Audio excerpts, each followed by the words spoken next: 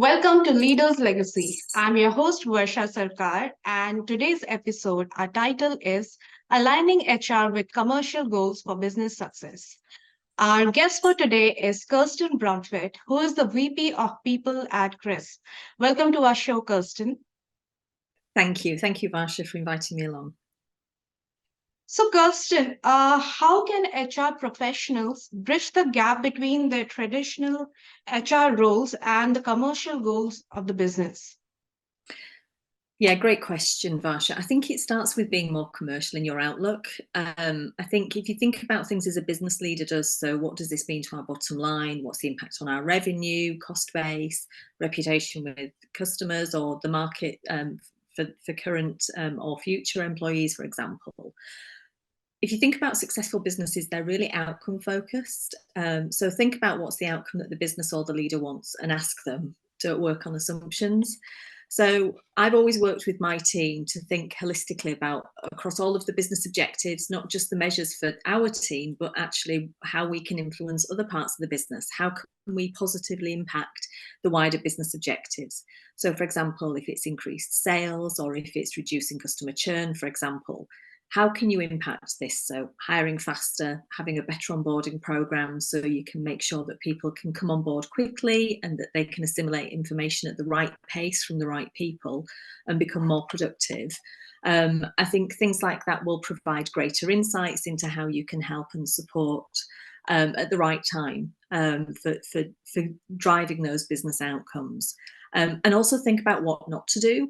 Some organisations I've worked in, we've introduced initiatives at a really poor time. So, for example, when we're looking at closing out a quarter or at year end, it's not a good time to introduce a new process or a new initiative. So just think about the things like that, and that will drive better commercial relationships. How important do you think employee engagement is in aligning HR with business goals? And if you think it's important, what strategies should any HR professional implement to increase the employee engagement? Yeah, absolutely. I mean, I think it's a known really that happier employees are more productive. Richard Branson coined it really nicely when he said, your clients don't come first, your employees do. If you take care of employees, then they'll take care of your clients. And ultimately, you should treat your employees as you want them to treat your clients. So I think that what you need to do is, traditionally, you look at what organisations do, and they go to employees once, maybe twice a year through an employee survey and ask them what they think of the organisation. And then if they're lucky, they might get a feedback through a town hall or an update meeting where they're told what's been heard and then what's going to be done. I think what you need to do is check the pulse of the team more regularly and through less formal interactions. So, ideally kind of through managers' interventions, and not just things like after benefit renewals or pay review cycles, but other things that affect people on that more day-to-day level. So if a key member of the team leaves, if you're onboarding a new customer they're going to have to support, or if a customer leaves, for example, I think the feedback's always there for the taking. It's just making sure that you listen to it and then you take it on board. And as a leader, I regularly ask my team, what can I do better? Or what do I need to stop, start, or continue? And I think in terms of your question about this, about engagement, and I was thinking about this in terms of, it seems really easy what I'm going to say, but actually it's a huge amount of work. So, give them a voice and then hear what they have to say. Test your assumptions. Don't believe that you're not operating in an echo chamber. Don't operate on what you think you know about them. Ask them, and then manage your team as you like to be managed. Manage your employees as you like to be managed. So show them an appreciation for them in a way that's meaningful to them, and ultimately make sure that there's fairness in equity in play by being really transparent. They're your best employment engagement strategies: fairness, equity, having a voice, and managing people as you like to be managed.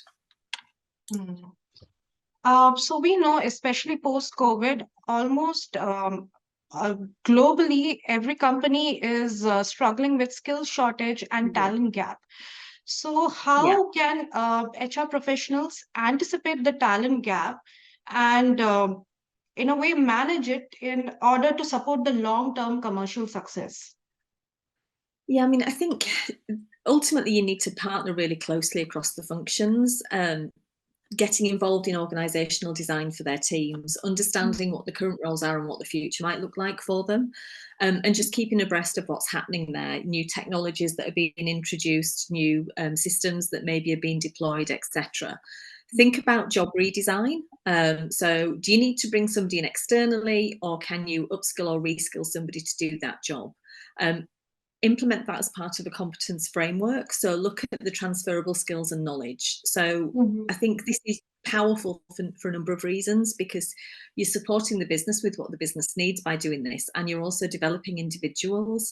Bringing somebody into the business to fill a gap, it's an additional cost, and the learning curve, the hockey stick, so much steeper. So if you can harness that internal talent, it means they already have got that organisational knowledge, so they can transition into the role much quicker.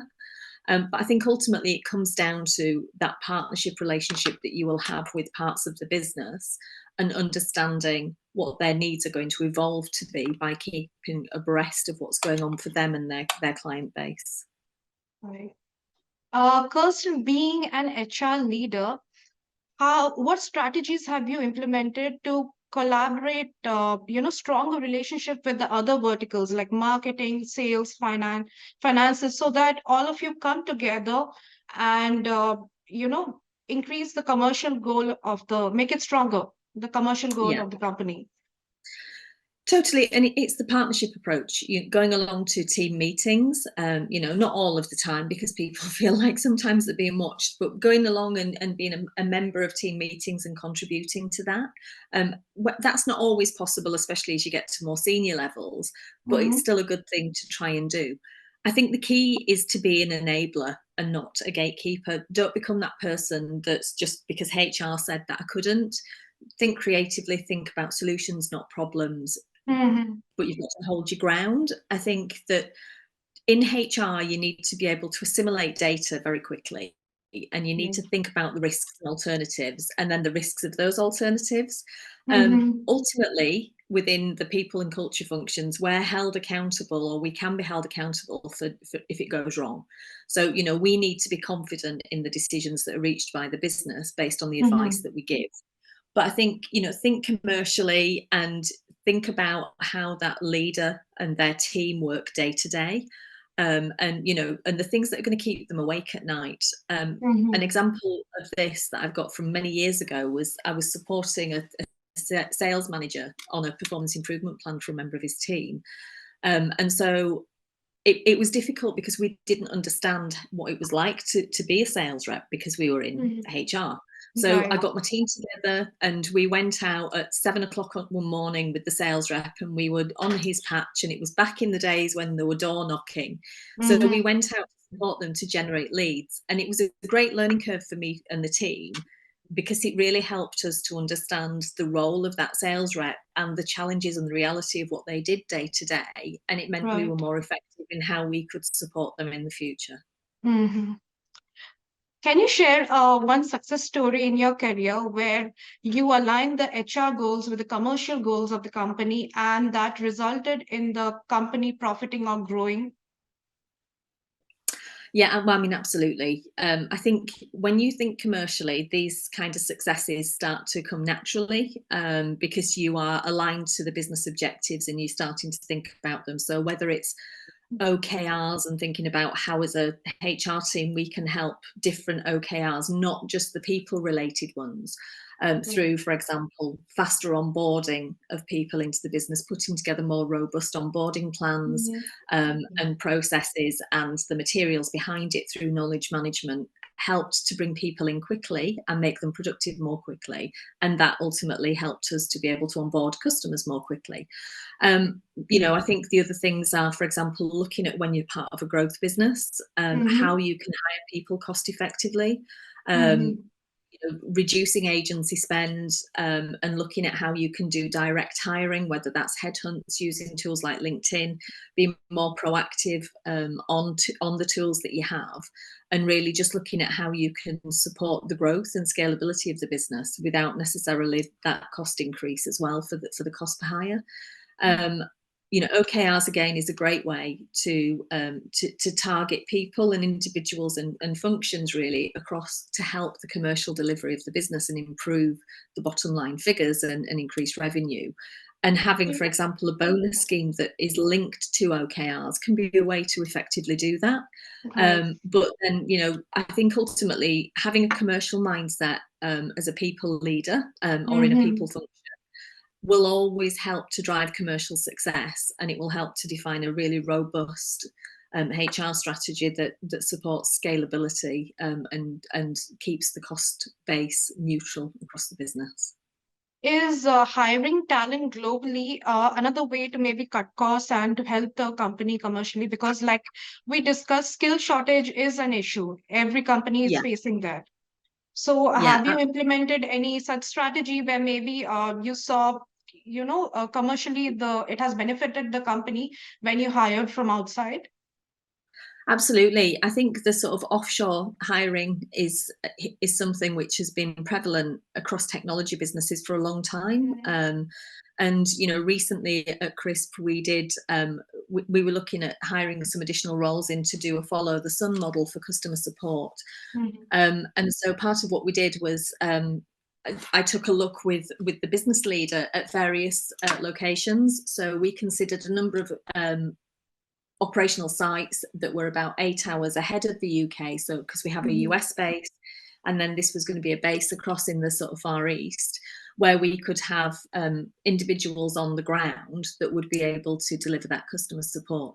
And so I think as part of that, you need to do your risk assessment of the different locations and, thinking about cost. So looking at the hiring salaries. So if you're looking at Singapore, for example, Singapore salaries are higher than London because it's a really expensive place to live. And then you might look at Indonesia, you could look at Manila, you could look at Malaysia in Kuala Lumpur, for example, and just doing an assessment of each of the different locations, the employment law legislation that you might have there, how easy is it to set up a registered office, what are the tax implications for a business for things like sales tax, and just putting together a bit of a strategy and thinking about all of these factors that you'd need to consider to be able to sort of move ahead with an offshore model. I think, that can massively help with sort of cost reduction. We ended up opening an office in Manila and we could hire 3 people for the cost of 1 UK salary because of the cost of living being so different there. But the quality of individuals, is very high. Thank you so much, Kirsten, for this really insightful conversation. Our viewers definitely will get a very in-depth knowledge of what exactly you do and how to align HR with commercial goals. Because I don't think out in the market, these people who are new in HR, they even think about it, to align their function with the company's goals. That's something that I have witnessed. And I think this will be really helpful to them because they have to think long term. If you need to go in the, grow in your career, you in any department, not only HR, but you have to align with the commercial goals, right? No, definitely.